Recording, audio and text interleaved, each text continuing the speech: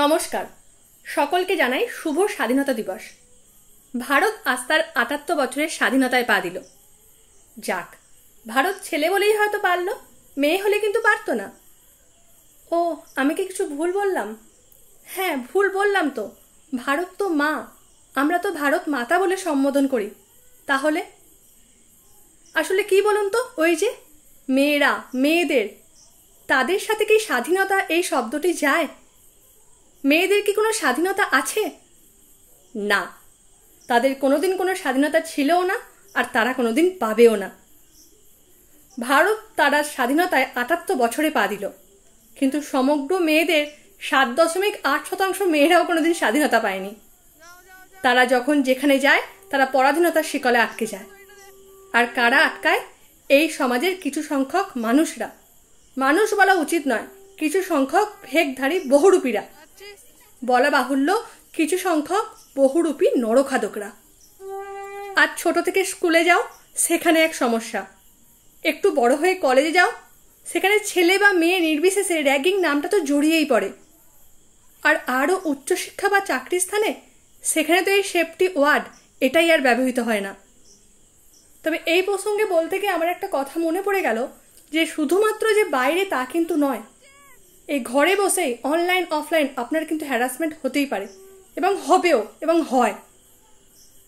আমি যেহেতু ইউটিউবের কাজের সঙ্গে যুক্ত, তাই আমি ভিডিও আপলোড করি, এবং কয়েকদিন আগে একটি পরীক্ষা সংক্রান্ত ভিডিও আপলোড করি। আমি ভাবলাম যে আমি যে পরীক্ষাটা দিয়েছি এই নিয়ে কিছু ইনফরমেশন দিই, তাহলে হয়তো অনেকের অনেক উপকার হবে। আর অনেকের অনেক উপকার হয়েও ছিল। অনেক কমেন্ট করেছিলেন, তারা খুব ভালো লেগেছিল তাদের। কিন্তু একটি বা দুটি মানুষ, তারা কিন্তু তাদের নিম্নমানের নিম্ন রুচির পরিচয় দিয়েই যাচ্ছিল। বারবার তারা খারাপ খারাপ কমেন্ট করে গেছে। শুধু এটাই ভাবছিলাম যে তারা কত নিম্ন মানসিকতার মানুষ।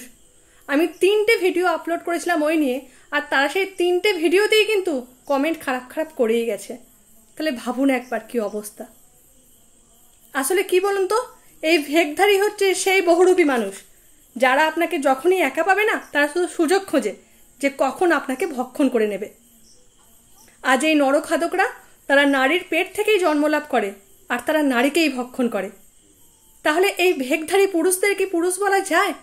তারা কি পুরুষ সমাজের কলঙ্ক নয়? আসলে কি বলুন তো, আবার গোড়াতেই না গলদ।